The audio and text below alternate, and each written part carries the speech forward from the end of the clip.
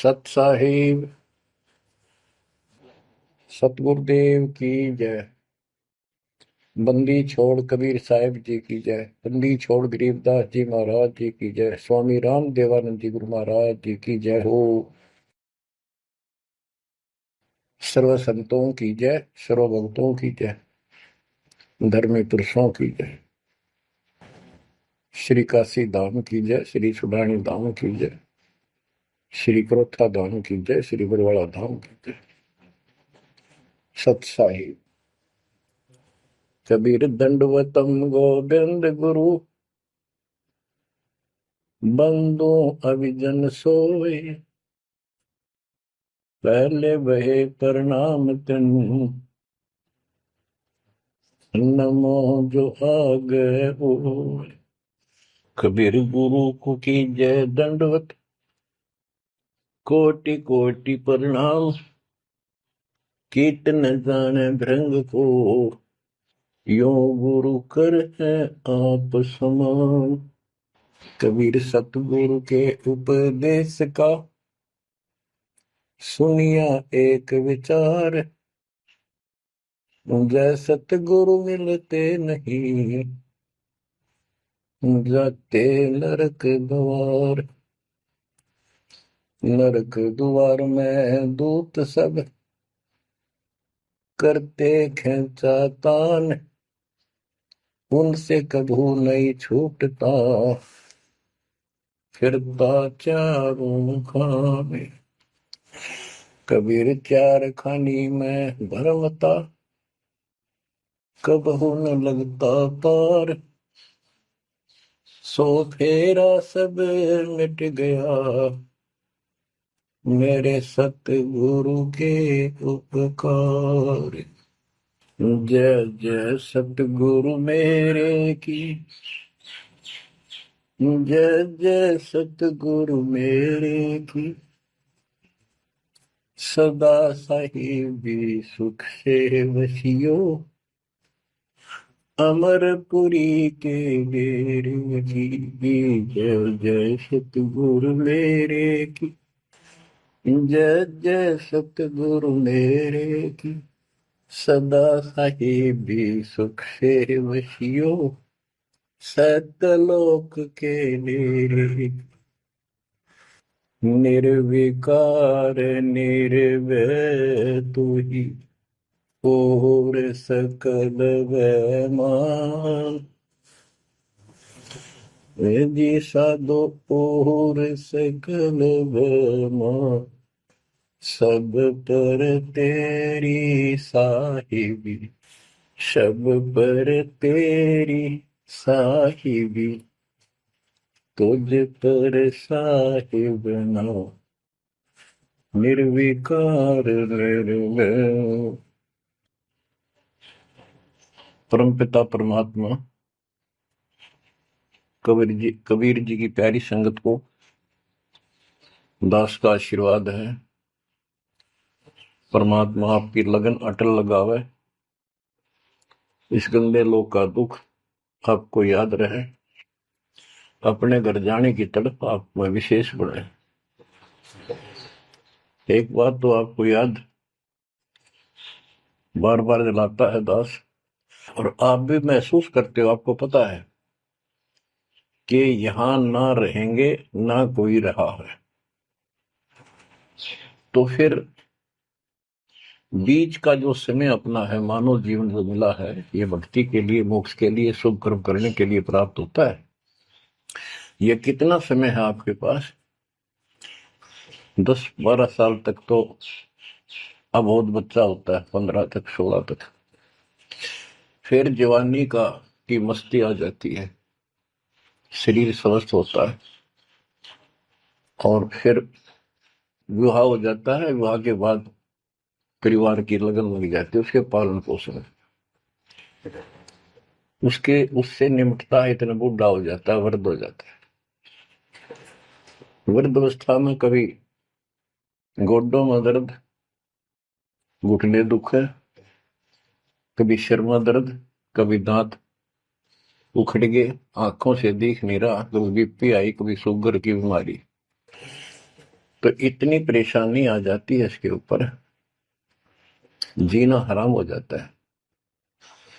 तो इस इतने से काम को आप देख लो, ये प्रोसेस है इसका। यदि मोक्ष नहीं हुआ, पूरा सतगुरु नहीं मिला, तो फिर अगले जन्म में क्या होगा? फिर पीछे तू पशुआ की जय गद्दा बैल बनाई, ये 56 भोग कहाँ मन बोरे, कि तक कुरली चलने जाएगी। ओहो।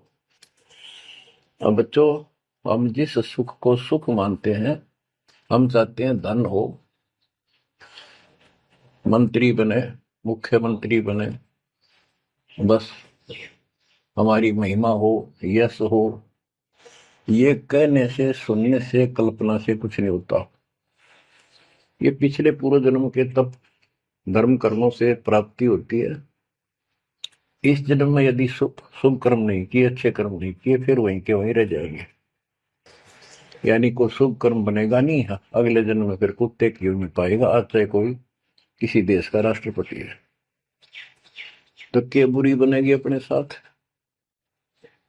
देखो, हम धन चाहते हैं, निर्धन के मन में एक तड़प है कि धनवान सुखी। धनवान सोचता है राजा सुखी। अब आपको एक छोटा सा उदाहरण देता हूं। अब्राहिम सुल्तान अदम राजा भी था, धनी भी था, खूब पैसा था, 18 लाख घोड़े, तुरा, अनगिन खजाना, और बकवाद करने में कसर नहीं छोड़ रखी थी। 16,000 विवाह करा रखे थे। तो भक्त आत्माओं, परमात्मा ने उस अपनी प्यारी आत्मा को उस नरक से निकाला जिसको सुख मान रहा था। ये विचार करो, ये है वो तत्व ज्ञान जो सार निकाल कर दे दे आपको। कोई तो कहता है मैं एमएलए बन जाऊं, आशीर्वाद दियो। हम उसको भगत ही नहीं मान दे, उसको कहते तू जा राजनीति कर ले, फिर देख लिए जब तेरे ग्रांड हो लिया तब आ जाएगी। तो हमारा नियम हमारे भगवान का बताया है, जितने भी नियम आपको दिए। तो बच्चों, उस आपको खूब कथा सुना रखी है, सत्संग अनेकों सुना रखे हैं। अब्राहिम सुल्तान कौन था? ये सम्मन था जिसने अपना बेटा काट दिया था अपने गुरुदेव की इज्जत और आबरू के लिए, उनको भोजन कराने के लिए। परमात्मा कहते हैं नुक्ते ऊपर रिझ जाएगा रे। गरीबदास जी कहते हैं नुक्ते ऊपर रिझ जाएगा रे, कोटि कर्म जड़ जाए तुम्हारे। अब उसके मन में, क्योंकि ये सत्संग इसलिए सुनाए जाते हैं कि आपकी आत्मा यहाँ से कति हट जाए और केवल सतलोक में आस्था बढ़ जाए। उसकी सतलोक में आस्था बढ़ी नहीं उस समय, और ये पश्चाताप करता रहा, हे भगवान मैं धनी होता, बेटा काटना नहीं पड़ता, हे भगवान मैं धनी होता। उस जन्म में भी मालिक ने उसको बहुत कुछ दे दिया था, लेकिन फिर भी उसकी वो इसी तड़प के कारण दे दिया, और वो ही उसका जान का झाड़ बन गया।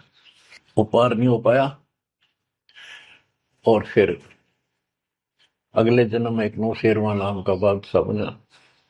70 गंज यानी 70 अरब संपत्ति थी।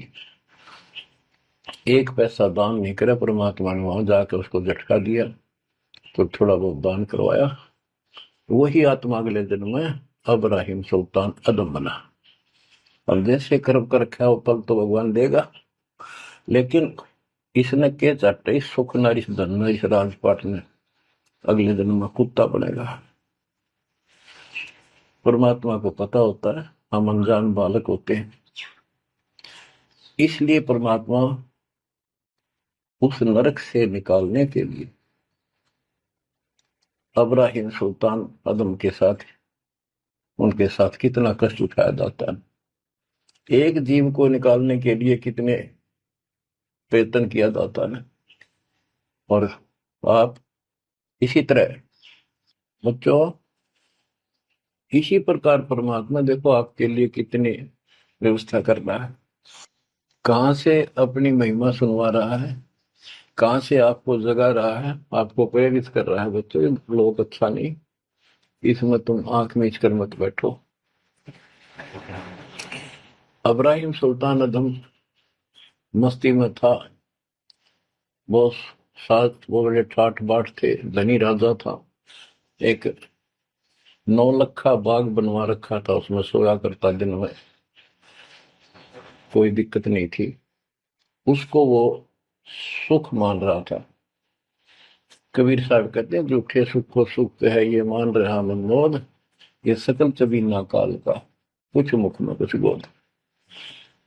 तो उस नरक से निकालना चाहा परमात्मा ने उसको, हमको पता था ये प्यारी आत्मा ये 4 दिन का की बकवाद है, 10 दिन की, 5, 10, 20 साल की, उसके बाद असल जन्म कष्ट पाओगी, इसलिए उसको उस नरक से निकालना चाहे। और हम धन्य मांगे भगवान थे, तुम इतना मांगे आपको, तो साईं इतना दीजिए जा मैं कुटुंब समावे, हम भी भूखे ना रहे, अतिथि ना भूखा जावे। इसमें सब कुछ मांग लिया, जा मैं कुटुंब समावे, रिक्वायरमेंट ऑफ द फैमिली, परिवार की सब आवश्यकताएं। वर्तमान में आपने गाड़ी भी चाहिए, छोटा मोटा मकान भी सुथरा चाहिए, और वही रोटी 2 रोटी अच्छी चाहिए, ये सब कुछ देगा आपको, क्योंकि ये धनी है, सेठ है, सारी सृष्टि का मालिक है। तुम उस जगत सेठ कबीर परमात्मा के बच्चे हो। यदि आप ठीक से चलोगे, माता पिता के अनुकूल चलोगे, तो क्या, जैसा भी कोई माँ बाप है अपने बच्चों को बहुत सुख देना चाहते हैं, आपसे दुखी रहेंगे, तो परमात्मा उस प्यारी आत्मा को निकालने के लिए सतलोक से चलकर आए। जैसे आपको वेदों में कितनी बार, अनेकों बार प्रमाण दिखाए, पढ़ पढ़ कर सुनाए, वीडियो बना रखी, आप पढ़ते देखते हुए देखा करो। वेद प्रमाण करते हैं कि परमात्मा ऊपर, सबसे ऊपर के लोक में बैठा है, विराजमान है, वहां से चलकर आता है, अच्छी आत्माओं को मिलता है, उनको सच्ची राह दिखाता है भक्ति की, अपने मुख से बोलकर वाणी बोलता है, उच्चारण करके वाणी बोलकर गूढ़ ज्ञान, तत्व ज्ञान, मूल ज्ञान बताता सुनाता है। और वो अमृतवाणी, और वो उस समय जब एक लीला करता है संत की, सतगुरु की, उसके बहुत सारे फॉलोअर हो जाते हैं, और उनमें वो नायक की तरह होता है, जैसे सेनापति सुशोभित होता है अपने सेना के ऊपर साथ, ऐसे वो उनका पूज्य होता है। और वो जो वाणी बोलता है, वो उनके फॉलोअर के लिए, उनके अनुयायियों को बहुत आनंददायी होती है, बड़ी प्यारी लगती है, क्योंकि वो भगवान की चर्चाओं से भरी होती है और उस मालिक के मुख से उच्चारित होती है। तो गरीबदास जी ने यही बताया है, सुनत ज्ञान गलताना, पद पद समान, अमर लोक से सतगुरु आए, रूप धरा करवाना, ढूंढत ऊंट महल पर डोले, बूझत साहबियाना, दूजा रूप दरिया का सिद्ध का, यात्री का, मुसाफिर का, महल सराय बखाना, ये तो महल हमारे हैं, तू पंथी फिरे आयाना।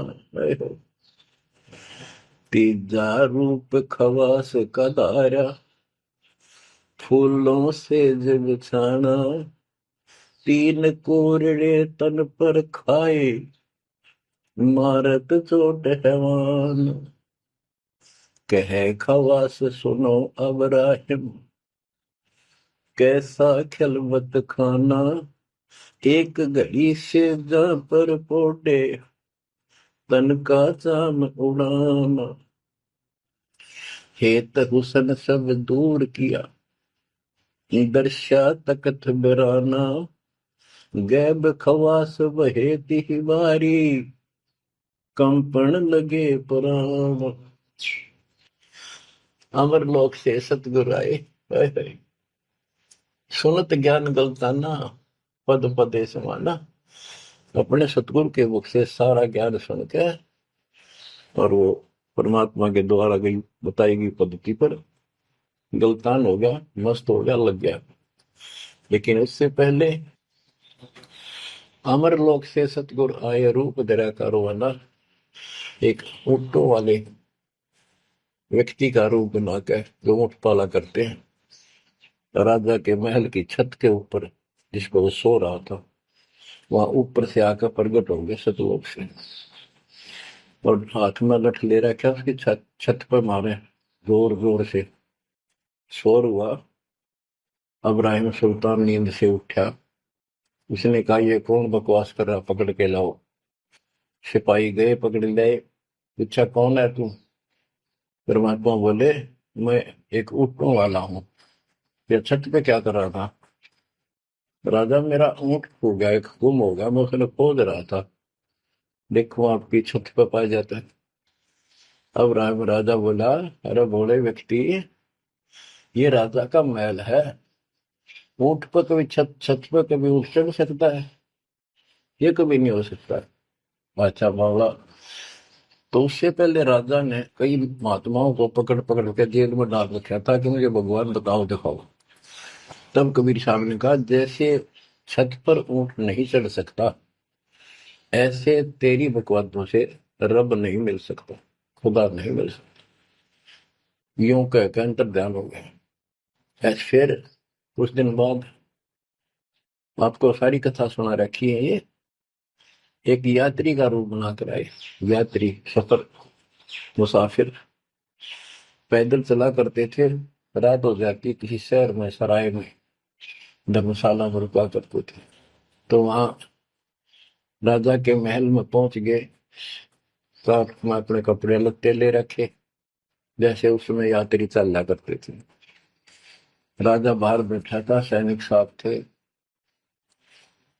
वहां जाकर बोला, अरे धर्मशाला वाले, सराय वाले, राजा की तरफ हाथ करके, मैंने रात काटनी है, मैं यात्री हूँ, मुसाफिर हूँ, और एक कमरा बता, उसका किराया बता दे। राजा बोला, अच्छे बोले आदमी, ये बोले मुसाफिर, तेरे को पता है ये तू कहाँ खड़ा है? मैं कहा, नहीं जी, मैं राजा हूँ और ये मेरा महल है, ये सराय नहीं है।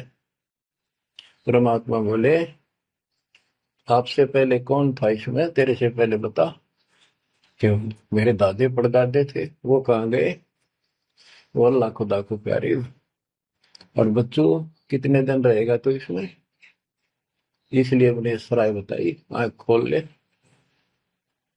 यूं का अंतर ध्यान हो गए, मूर्छित हो गया इब्राहिम। वो डर गया, यू की फरिश्ता, और उस दिन भी ऐसे हो गया था। उस दिन के बाद फिर अपने 9 लखे बाग में जैसे प्रतिदिन विश्राम किया करता था, वहां गया। परमात्मा ने उस दिन, देखो बच्चों, आपके लिए कितने भटक रहे, एक बंदी का रूप बनाया, स्त्री का, वैसी वेशभूषा बनाकर, और उसके बिस्तर लगाया। देखो, जो दिन मेरी शरण है, ताका हूं मैं दास। बच्चों, देखो अपनी एक प्यारी आत्मा के लिए अपना, वो हम बच्चों, वो हमारा बाप है, और हम इस शैतान के लोक में आके शैतान हो गए, बिगड़ गए। बताओ कितना कष्ट उठाया अपनी प्यारी आत्मा के लिए। कबीर साहब कहते हैं, जो दिन मेरी शरण है, ताका हूं मैं दास। ये दास वहां गुलाम बने, एक बंदी का रूप बनाया नौकरानी का, अपनी प्यारी आत्मा को इस काल के इस षड्यंत्र से निकालने के लिए। जिसको तुम राजपाट और सुख मानते हो, तुम्हारा दुश्मन है। आपको क्या कहते हैं? दूजा रूप धरा का सिद्ध का, महल सराय बखाना। ये तो वो बोला कि परमात्मा ने, गिरिदास जी बताते, कबीर साहब ने दूसरा रूप एक मुसाफिर यात्री का बनाया, और इस महल को सराय बताया। और वो क्या बोला ये तो महल हमारे हैं, तू पंथी फिर अयाना। ये हमारे महल है, तू अनजान पंथ यात्री घूम रहा है, कहाँ गया।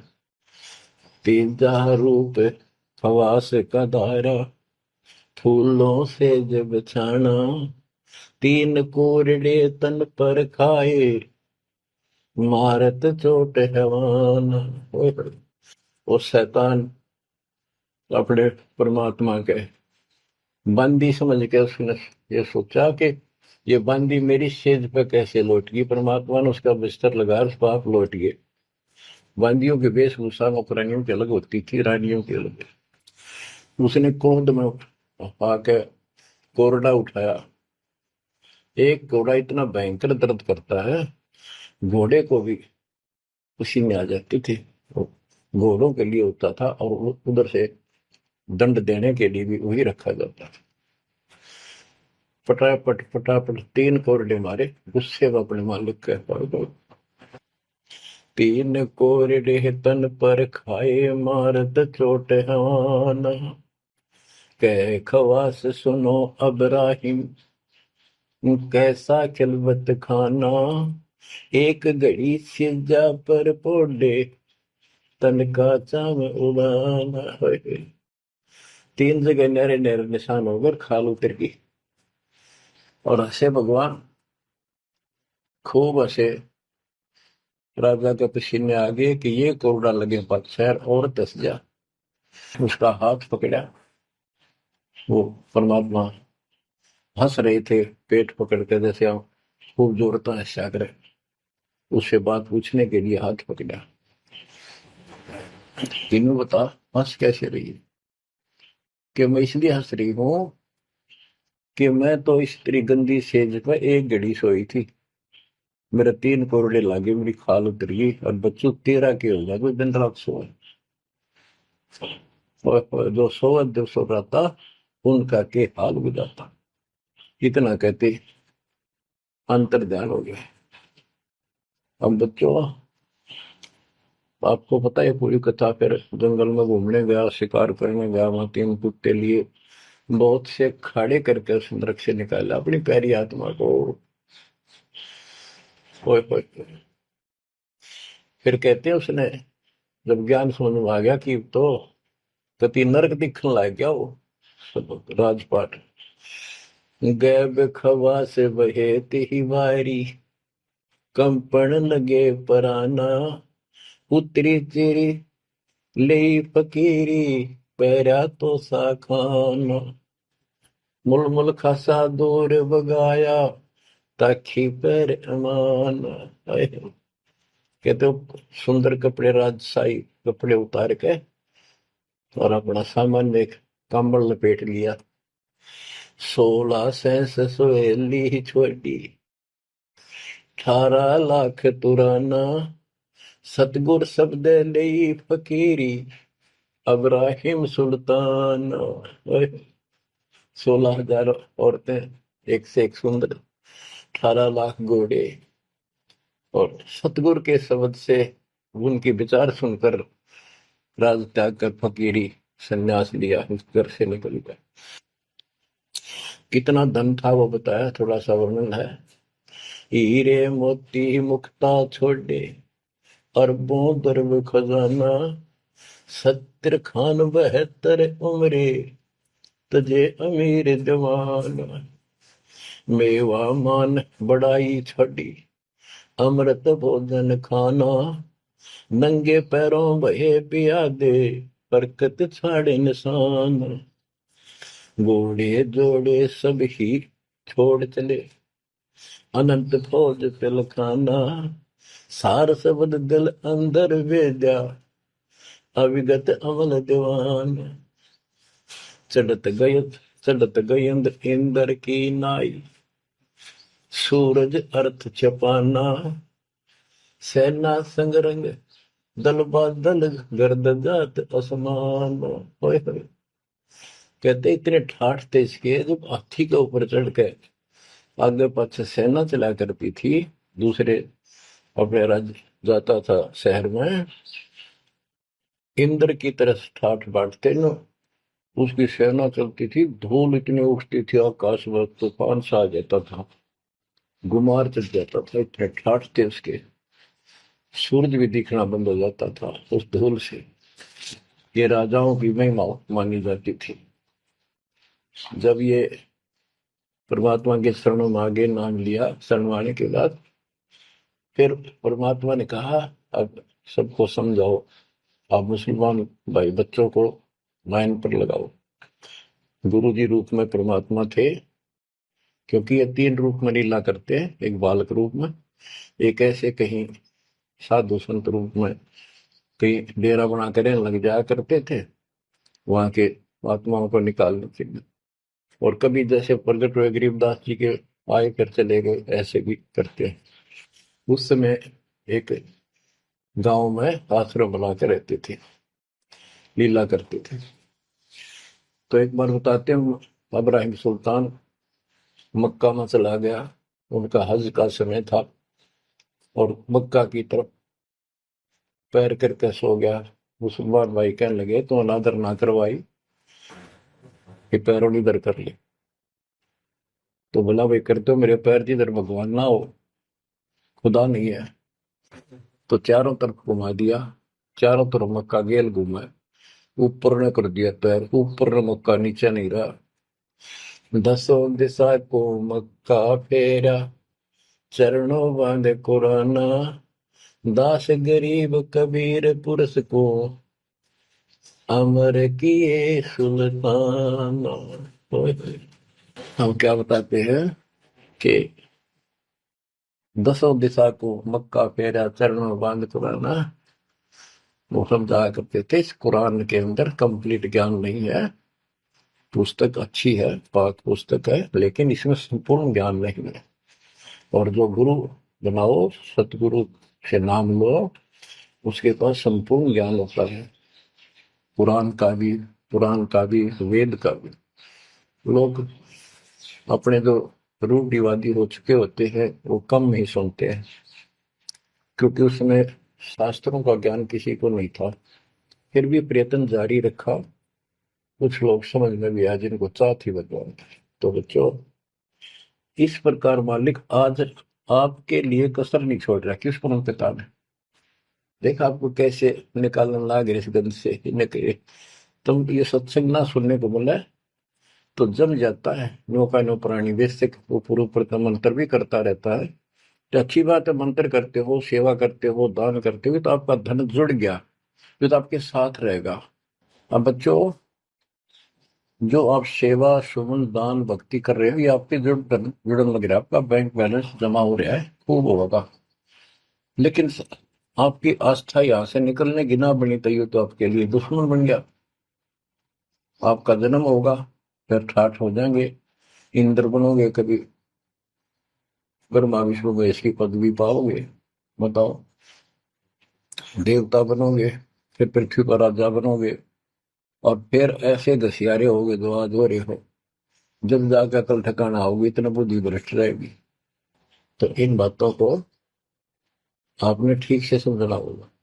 फिर क्या बताते हैं, सुल्तान आदम ने आगे जाके बताया, समझाने लगा, जो मान नहीं रहे थे उनको, छोटे मोटे घर में सुखता हुए सब कुछ दिखाई दे रहे थे।